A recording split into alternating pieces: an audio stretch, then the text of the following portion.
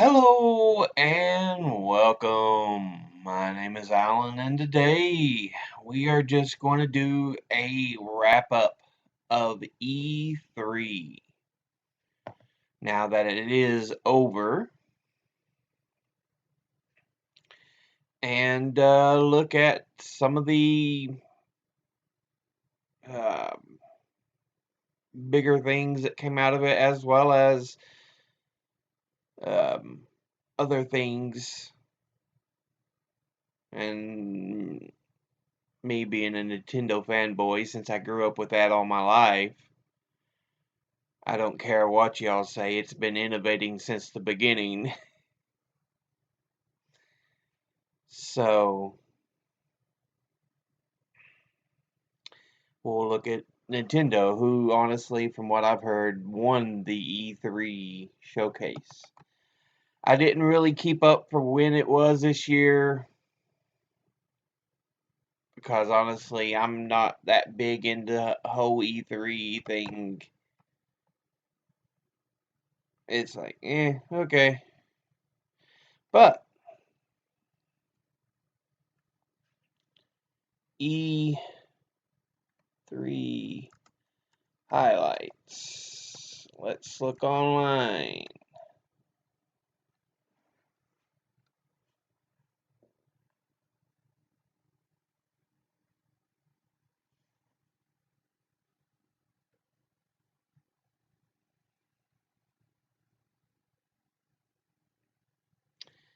Don't want videos.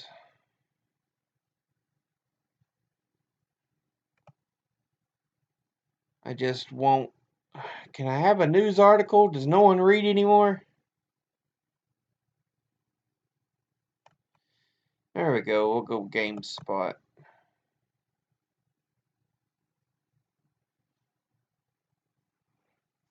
Anyway.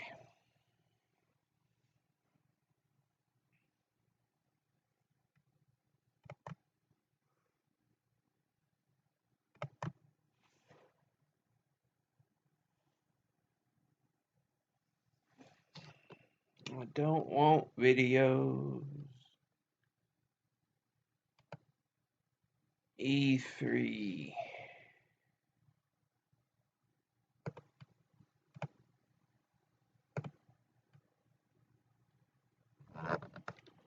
My poor computer does not work like it should.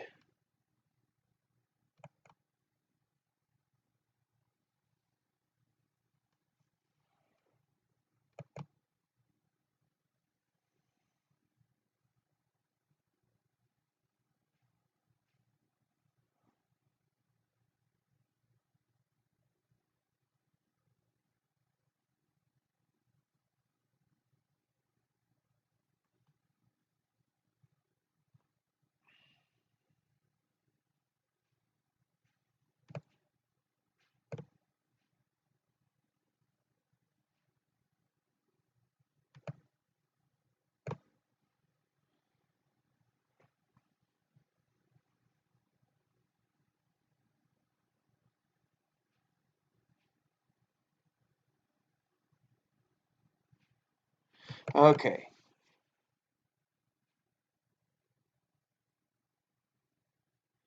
You're taking your time, people.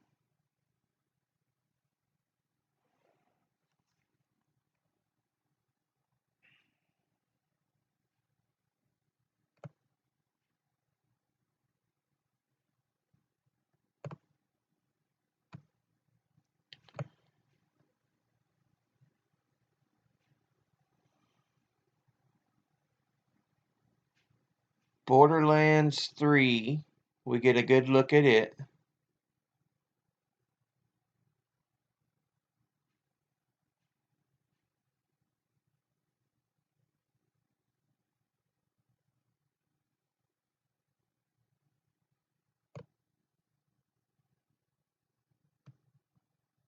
They say their main takeaway is that Borderlands 3 doesn't feel like a massive departure for the Borderlands series, but instead something that's both expanded and refined.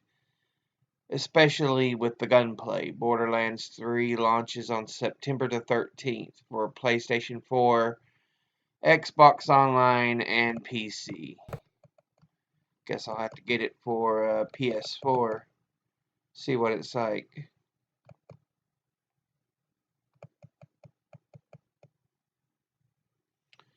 Bleeding Edge.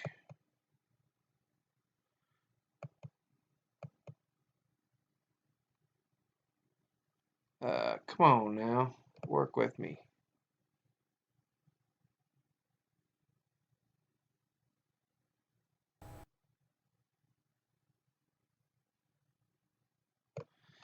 Essentially, Bleeding Edge is a competitive game by way of Overwatch, with a crew of scrappers divided into 3 classes: Assassin, Support, Defense. You and your team will capture territory and use your skills to beat down the competition. We felt right at home diving into Bleeding Edge, and Ninja Theory's touch for responsive combat and vibrant visuals is on full display here. The roster of fighters features a visually impressive and emotive cast of characters, and Bleeding Edge is certainly one of the more fun and exciting games coming to Xbox One. Cyberpunk 2077.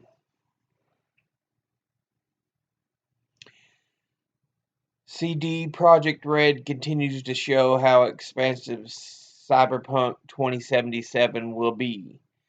This year's hands-off E3 demo showcased player choice through story and gameplay, and there's a lot of it. Dialogue trees feature options that unlock based on the aspects of your character you choose, and focus on developing like your backstory, your perks, abilities, what's going on around you, and more.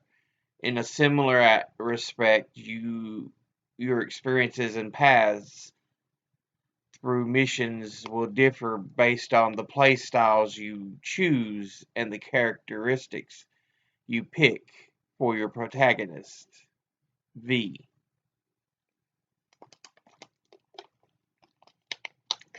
We also learn more about the story, which is why it is going to heavily feature Keanu Reeves.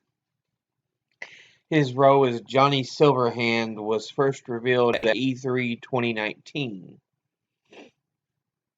It turns out Johnny is a digital ghost that resides in your head, making him something like Tyler Durden from Fight Club or Joker from Batman Arkham City.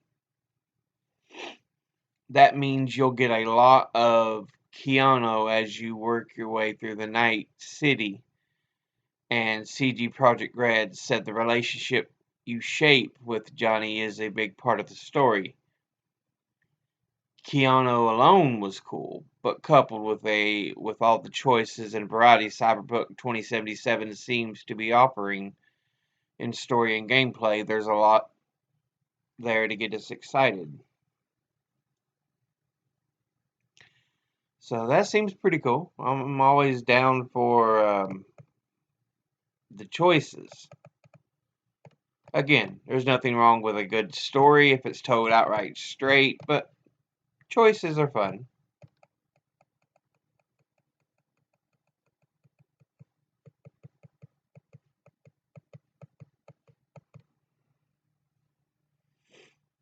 Control.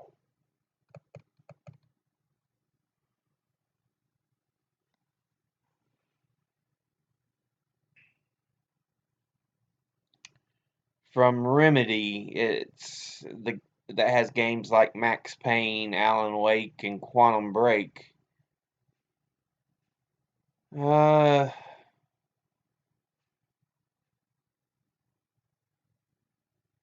so it's a third-person shooting scenario. Put you in the shoes of Jesse Fadden, the director of the Federal Bureau of Control, an agency concerned with the study of defying the laws of physics. Okay. You'll follow as she explores the agency's New York headquarters, but even after seeing a number of demos of the past couple of years, there's a strong air of mystery about the actual narrative. But you do get a better sense of Control's combat, how it would evolve over the course of the game. What we played this year at E3 gives us a strong indication that this is the Remedy we know and love working at full steam. Seeing a larger variety of enemies and arena situations emphasized how much we would need to juggle Jesse's variety of tools and abilities. There was an incredibly fantastic fluid feeling of using telekinetic abilities to leap around, pick up objects, and to open up attacks on enemies, combined with switching your shape-shifting gun between different modes to finish them off.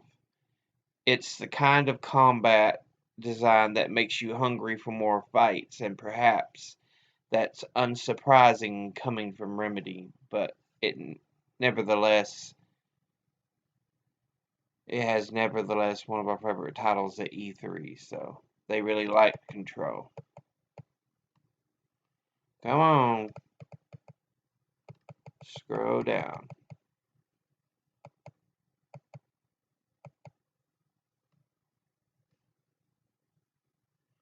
Doom Eternal. I remember playing the original Doom games by id Software when I was a kid.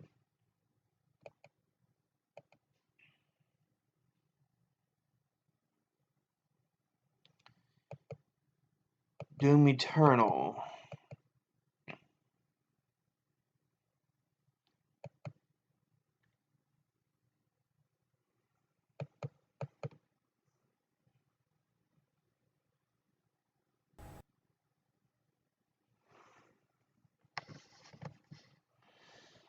So a lot more emphasis is being put into resource management, moving fast, and being an even more savage Doom Slayer.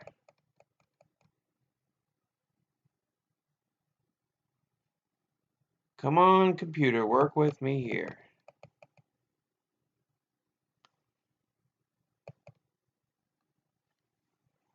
Doom Guy has so many more tricks up his sleeve this time around, like a shoulder-mounted grenade launcher and flamethrower, but the core arsenal has changed in meaningful ways.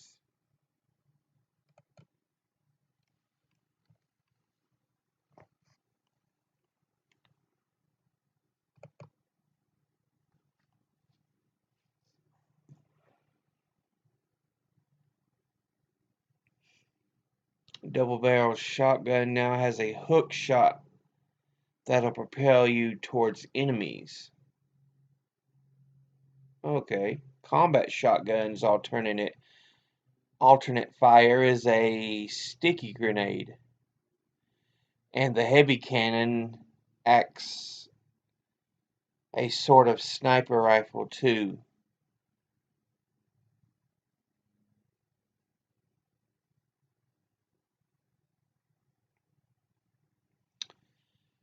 They say you won't survive without using the dash.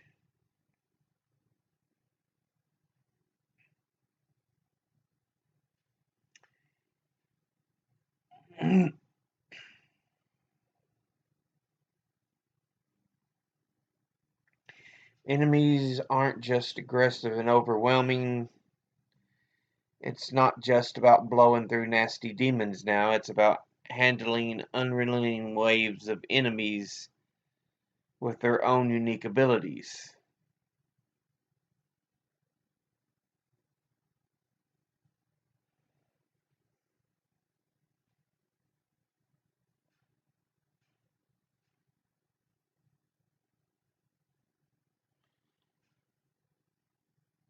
It's all about creating defense, challenging combat arenas, and from our experience, it's devilishly succeeding.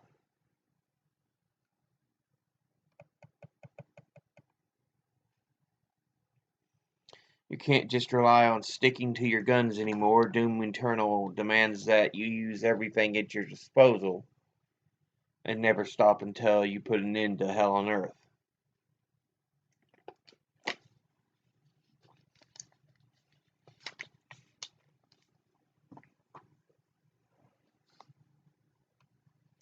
Okay, so they've got a good Doom follow-up. It looks like, although it plays a little too much like Dynasty Warriors, it sounds like. Or I'm worried that it'll play a little much like Dynasty Warriors. Dying Light 2.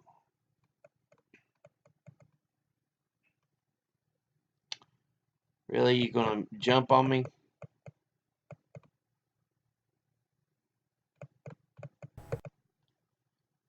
It was like all of a sudden, yeah, we're gonna jump down the page.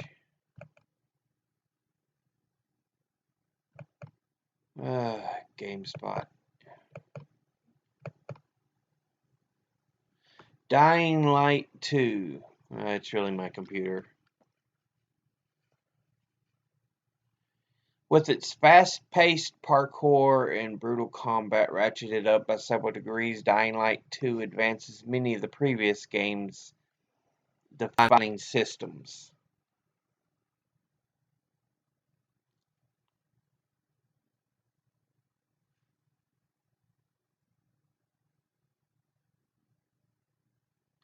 It takes place 15 years since the original story. The infection in Techland from the original story has spread globally, and the world has regressed into a modern dark age. Human factions fighting over one of the last cities. The protagonist has to contend with the growing infection while surviving against hostile undead in the open world.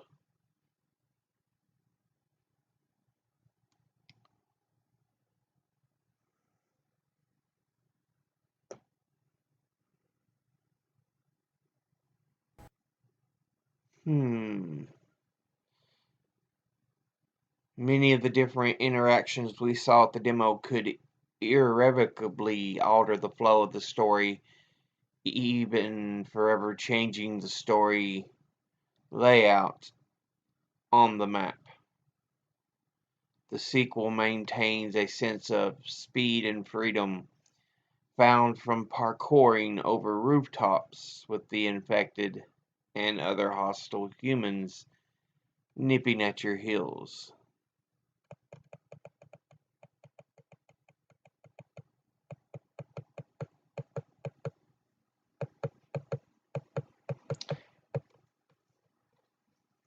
Final Fantasy VII Remake.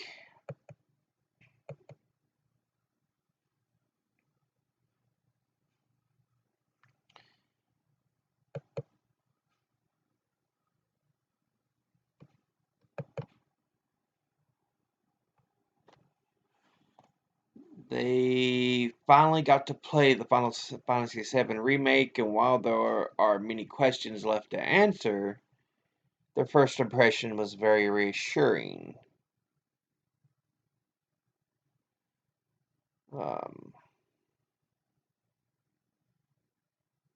Square Enix is going to change and format much of the original experience. Reformat much of the original experience.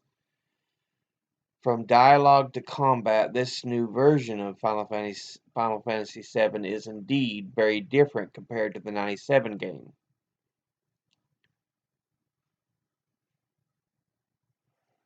It seems very well made.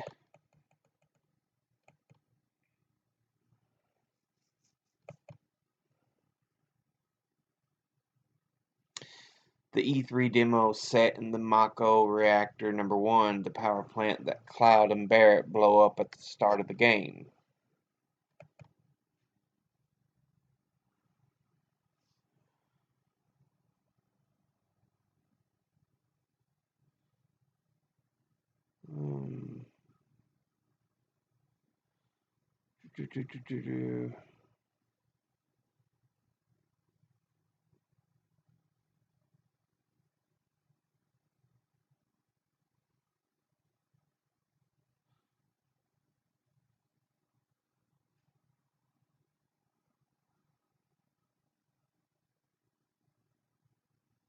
So it's not going to be completely the same as the original.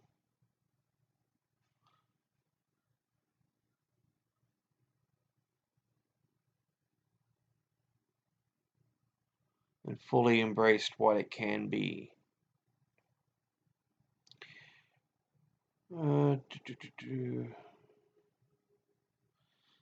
So they're putting it as very different. It's quite a bit different from the original. It's not going to be the same as the 97 original Final Fantasy VII. Fire Emblem, 3 Houses. It releases on July the 26th, so it's not too far from release.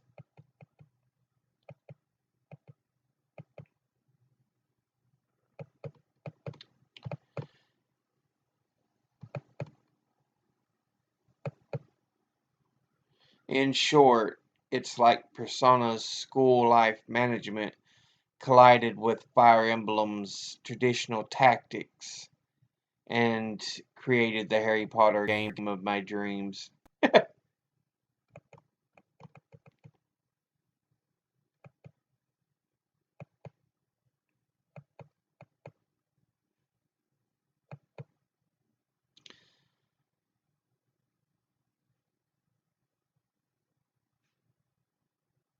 Final Fantasy XIV Shadowbringers.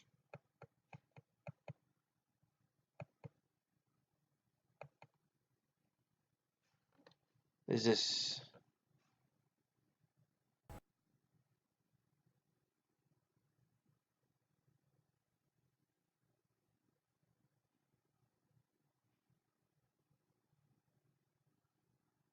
So it's kind of like a sequel.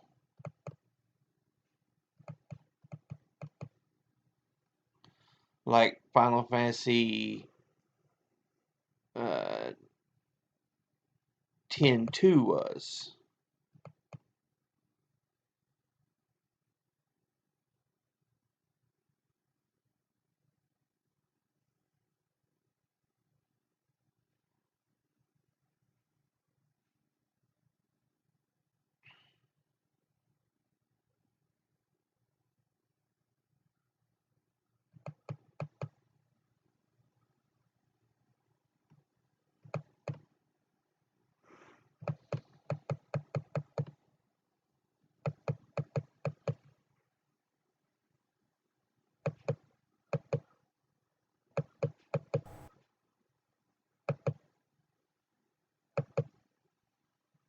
Gears 5.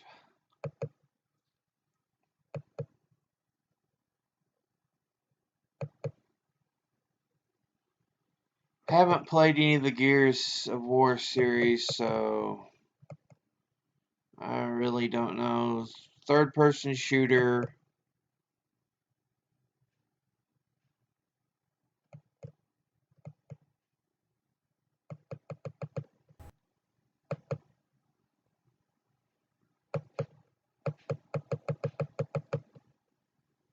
Would you quit that?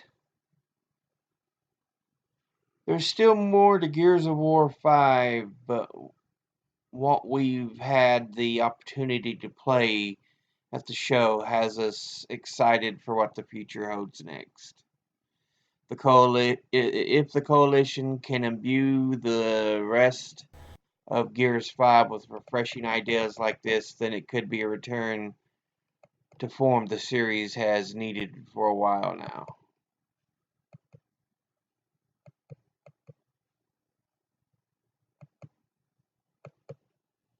Here we go. This is something I'm very happy for.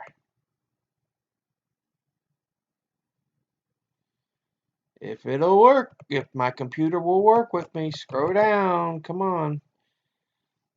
They're redoing The Legend of Zelda Link's Awakening.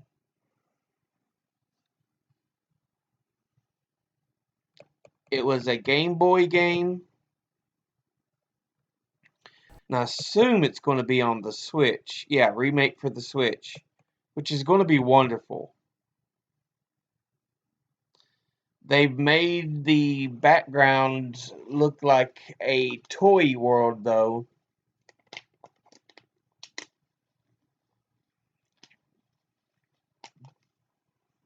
Like it's made out of plastic and everything.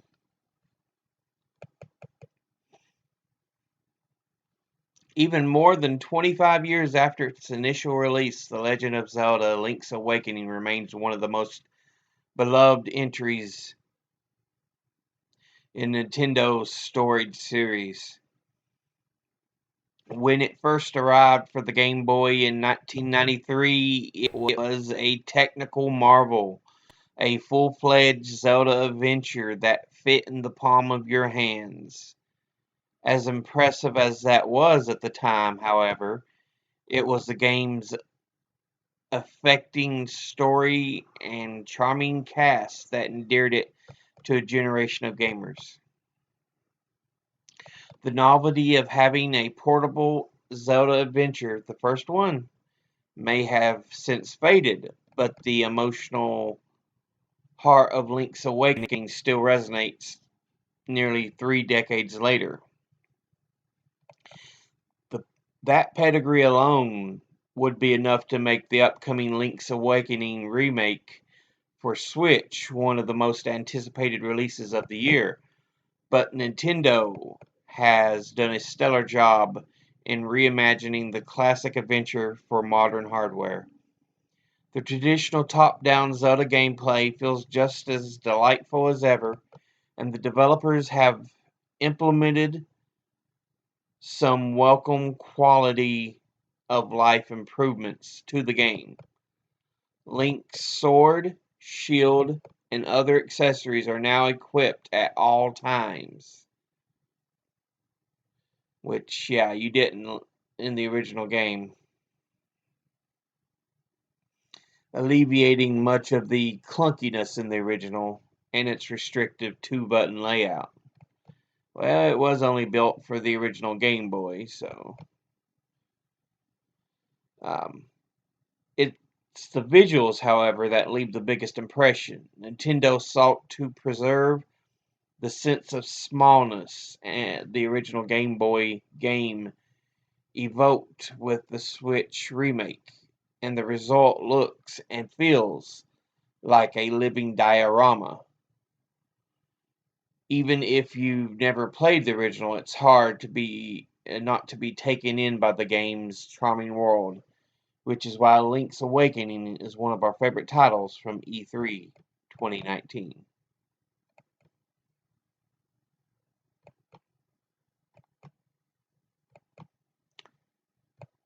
Lego Star Wars The Skywalker Saga.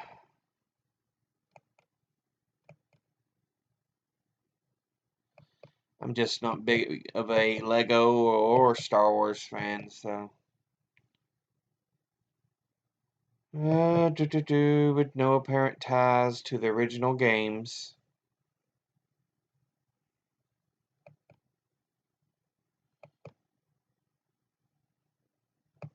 Also ditches the series' linear mission structure for an open world format.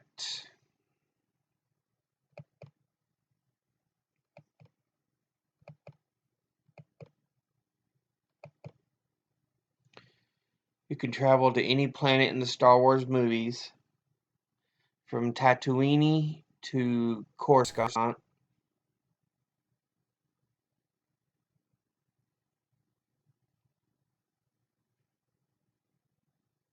or Tatooine.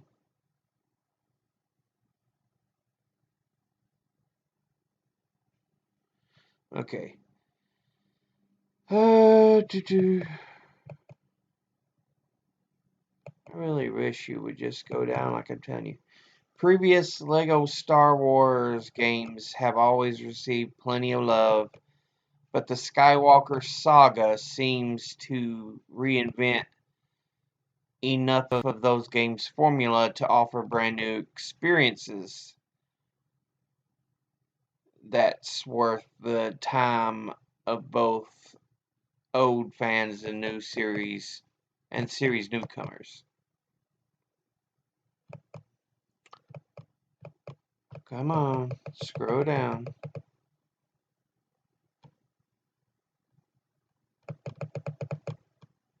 You was working wonderfully with me, and now you're not wanting to scroll.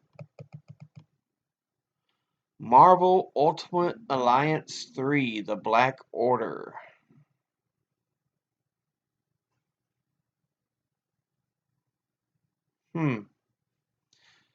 The Black Order is perhaps the most comfortable gaming experience that a person can have at E3 2019. For anyone that has played the previous two games in the series, it will be immediately familiar. However, even without that history, Ultimate Alliance 3 is easy to pick up and quick to have fun with.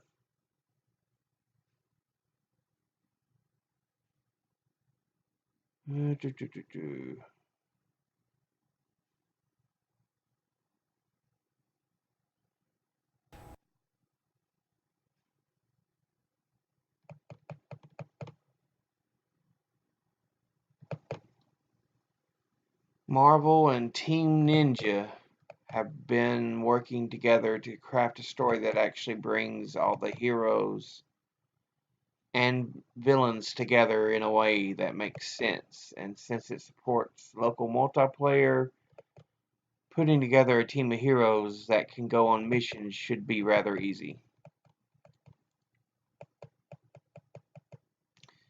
The Outer Worlds. This is the big one that everyone has been looking for from, what you call it, Obsidian.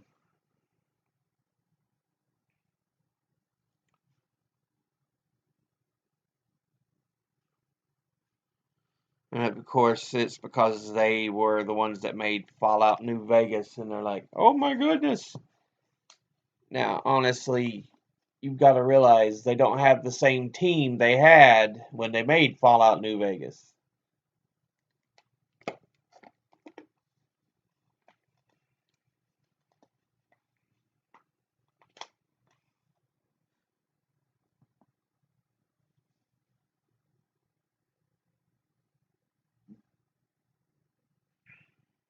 However, the game looks, plays like, and features similar characters and quests to Fallout New Vegas.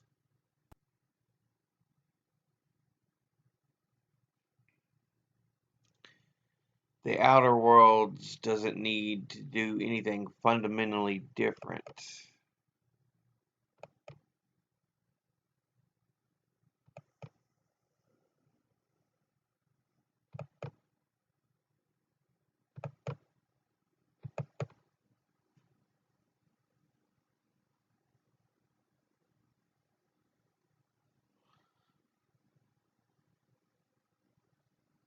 Suffer enough damage while getting struck on the head, and you'll get a permanent concussion, a flaw that lowers your intelligence and makes it harder to craft certain items and weapons. So yeah, but it has a flaw system.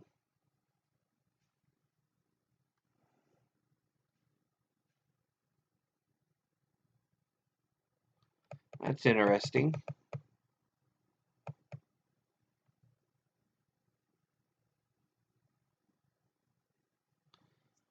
But each flaw comes with perks too.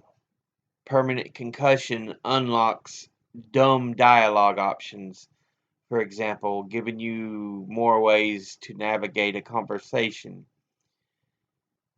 Except on the Outer World's hardest difficulty, every flaw is optional. So you get to decide whether the buff it provides is worth the nerf. For once you choose to take on a flaw, it sticks with you for the rest of your playthrough. It's an interesting feature that we wish could have actually seen play out, but it sounds like it will be something that will open up brand new types of character builds.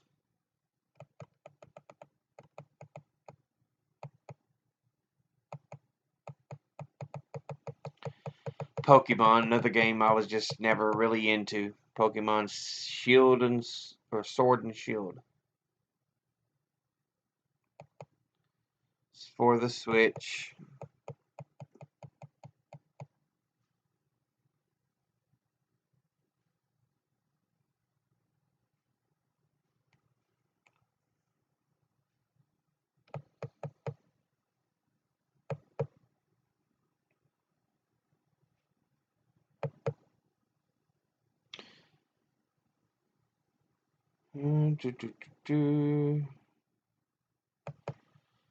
But apparently they're putting a lot into it. It looks like it may be one of the more ambitious Pokemon games yet.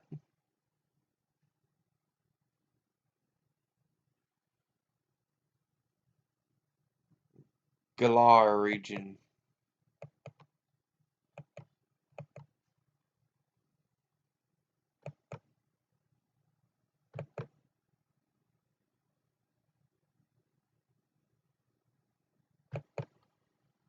Konami's introduction of the 16-bit TurboGrafx. There's the Sega Genesis 16-bit mini. So a lot of Sega Genesis mini. Konami also introduced its TurboGrafx 16 mini. Getting back into the 16-bit mini console wars.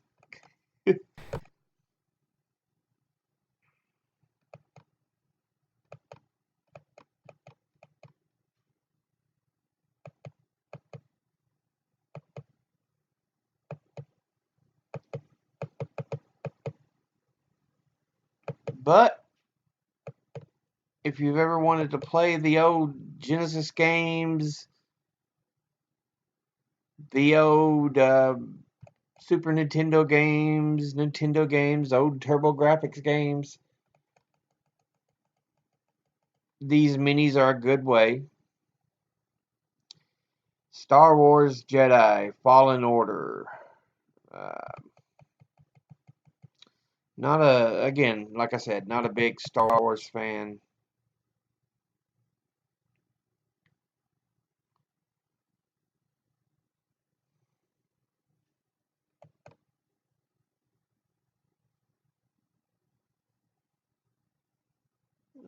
The game looks like an exciting high-octane action title in the same vein as something like Naughty Dog's Uncharted, according to its stream. However, some attendees at E3 2019 were given time to get hands-on with the game and said it's in a behind closed doors demo and got a feel for the lightsaber combat plays.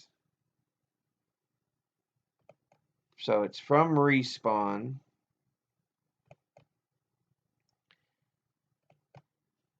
And they've used a thoughtful combat to describe its mechanics at the show. And of course, Dark Souls-like combat. Along the Dark Souls-like combat, there is a bombastic cinematic sequence that you'd expect.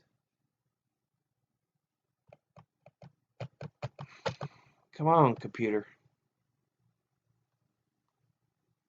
Scroll down. I ain't asking you to do a huge job here.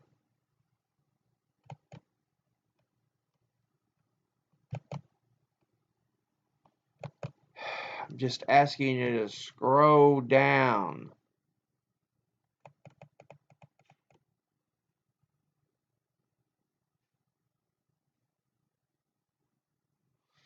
Well, yep, it's scrolled down while I miniaturize the window to breakpoint.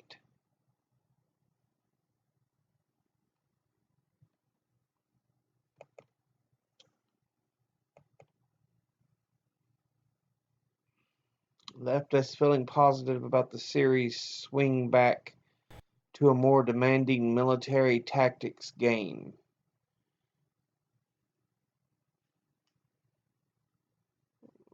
Seems like an emphasis on the character's personality might make for a more interesting villain. Also, he brought a dog to the Ubisoft press conference. That was very good. Okay.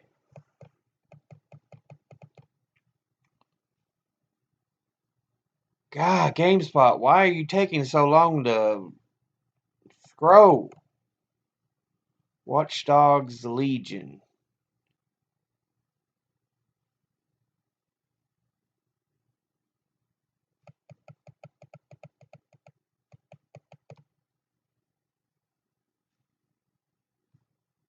So they've got a new Watch Dogs game, a third one in the series. I've got the first one.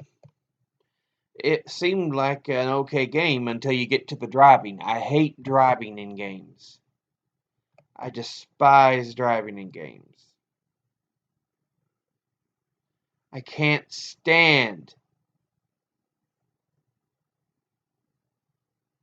driving in games. Okay, this is getting ridiculous. Let's go to another page because apparently GameSpot is just going to be a moron.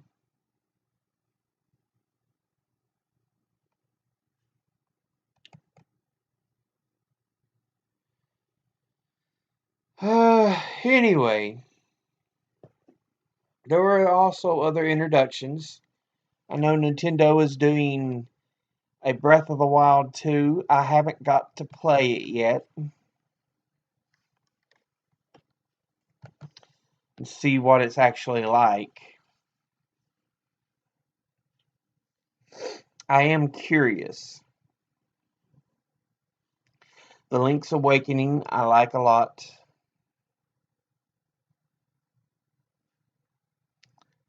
And Bethesda, besides the Doom Eternal, is introducing the new roadmap for introducing further the DLC roadmap for Fallout 76, which has improved vastly as a game.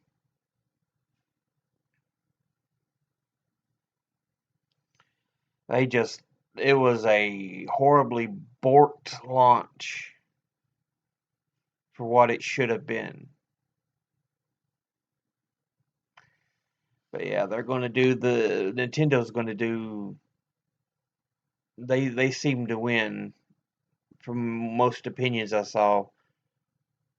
But again, I'm not a big Pokemon fan, so that doesn't really interest me. I love the Legend of Zelda Link's Awakening that they're going to do a Breath of the Wild 2 already, which it seems to be. The first one was the spirit energy of Ganon. This one seems to be his physical body, according to the trailer.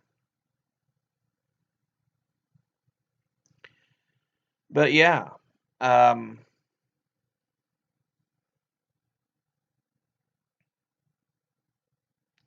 the mini consoles. I'm kind of interested. Nintendo has already put out the NES Classic and the Super Nintendo Classic. But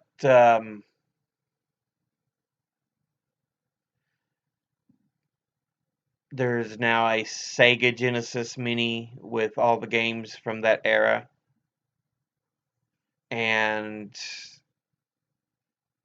a TurboGrafx 16 Mini. So there's actually a bit of a mini console war for the 16-bit games, which I love. I haven't bought any of the mini consoles myself because I'm not going to let myself be ripped off by scalpers. So, no. Plus, I've downloaded most of the Nintendo games through the Wii U and 3DS and stuff like that. So I've got older versions of the Nintendo games, so I'm not worrying too much about that I want to play. I've even got a Game Boy Advanced adapter that hooks onto my GameCube, allows me to play Game Boy adapter or Game Boy Advance games on the big screen on an actual television. So yeah, like I said, not too worried. All in all, it's an interesting look at some stuff, but I feel it was subpar for the most part. The mini consoles were good. Konami's bringing out,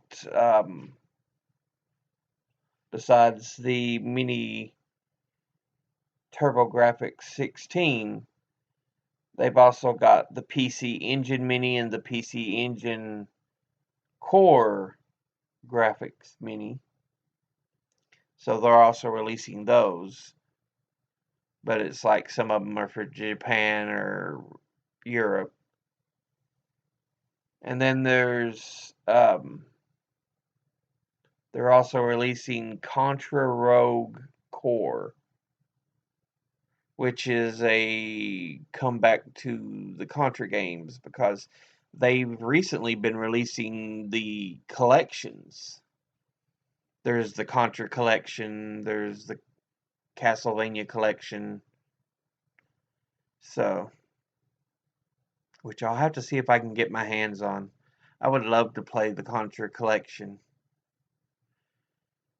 That brings me back to the day playing the Nintendo, renting the game Contra, and with my cousin we would put in the I think it was around a 50 live. It was 30 or 50 lives you got if you went up, up, down, down, left, right, B, A, start. And we would just rock through Contra.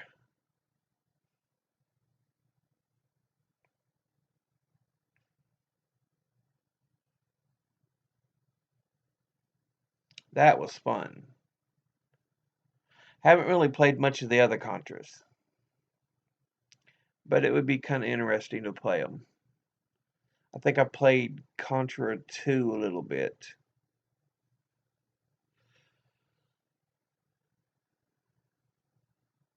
But the original one I love, I adore. Anyway, enough about me. But yeah. So the mini consoles, there's a couple games, and But yeah, Nintendo really won this one over, showing it does not have to be super powered for a console to be amazing. You just have to have great games.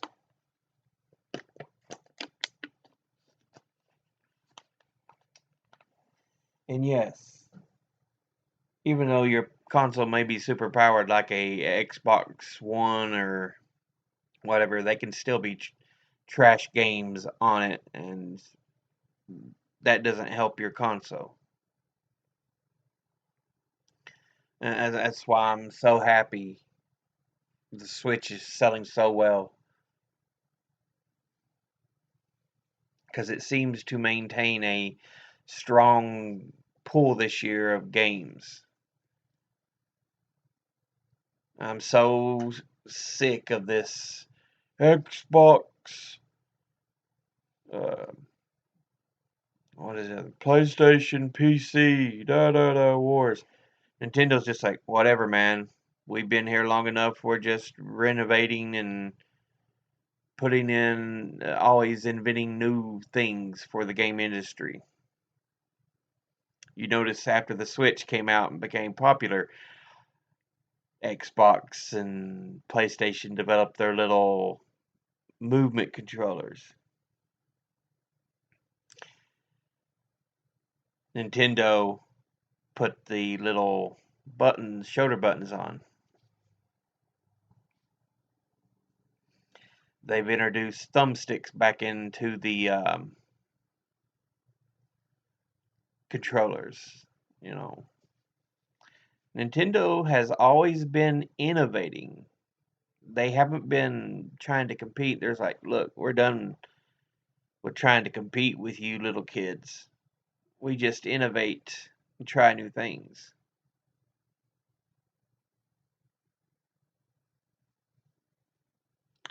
So yeah,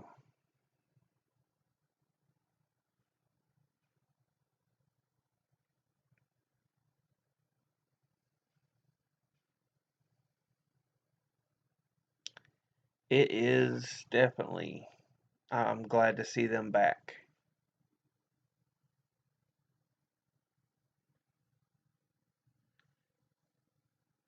And with new Legend of Zelda games. I love the series. It's one of my favorite. So, anyway, then I reminisced a little too long, but there's the video for a look at E3. As always, educate thyself, think, read, study, learn, and I will see you all again in the next video. But until then, later.